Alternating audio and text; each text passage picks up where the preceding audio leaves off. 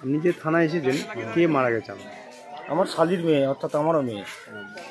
কি করে মারা গেল? ওই পড়াশোনা নিয়ে মায়ের সঙ্গে টুকটাক অশান্তি। মা বাবার খুব আদরের মেয়ে, গোটা বাড়ির আদরের মেয়ে। আদরের মধ্যে যেটা হয় সেই আদরের মধ্যেই হঠাৎ ধরে এটা। কখন মারা গেছে? বৈকাল 6টা নাগাদ। দিয়ে কোথায় নিয়ে এসেছিলেন? মন্তেশ্বর হাসপাতালে।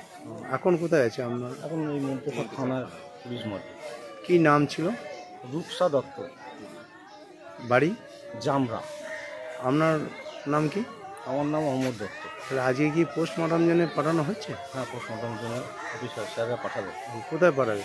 জানি না, নয় বর্ধমান নয় তাহলে।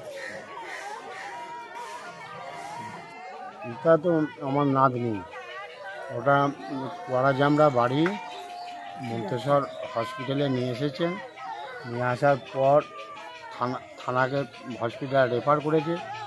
রেফার করার পর এখন থানাতে আছে। এবার আমরা দেখতে এসেছি।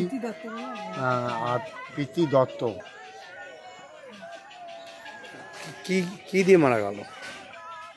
এবার কি, গলায় দড়ি দিয়ে মারা গেছে। গলায় দড়ি দিয়ে মারা গেছে। কটার সময় মারা গেছে গলায় দড়ি দিয়ে? ওই শুনছি 5:30 এরকম। এবার আমরা খবর পেয়েছি তখন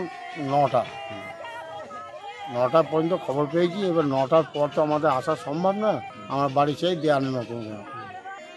আজকে কোথায় আছে আপনার নাতনি? আমার এই মন্তেশ্বর থানা। পোস্টমর্টম করতে নিয়ে যাবে নাকি? হ্যাঁ। আপনার নাম তাহলে? আমার নাম মিলন কুমার সাঁই। বাড়ি নতুন গ্রাম। কোন স্কুলে পড়তো? চন্দ্রপুর 11, ক্লাস 11।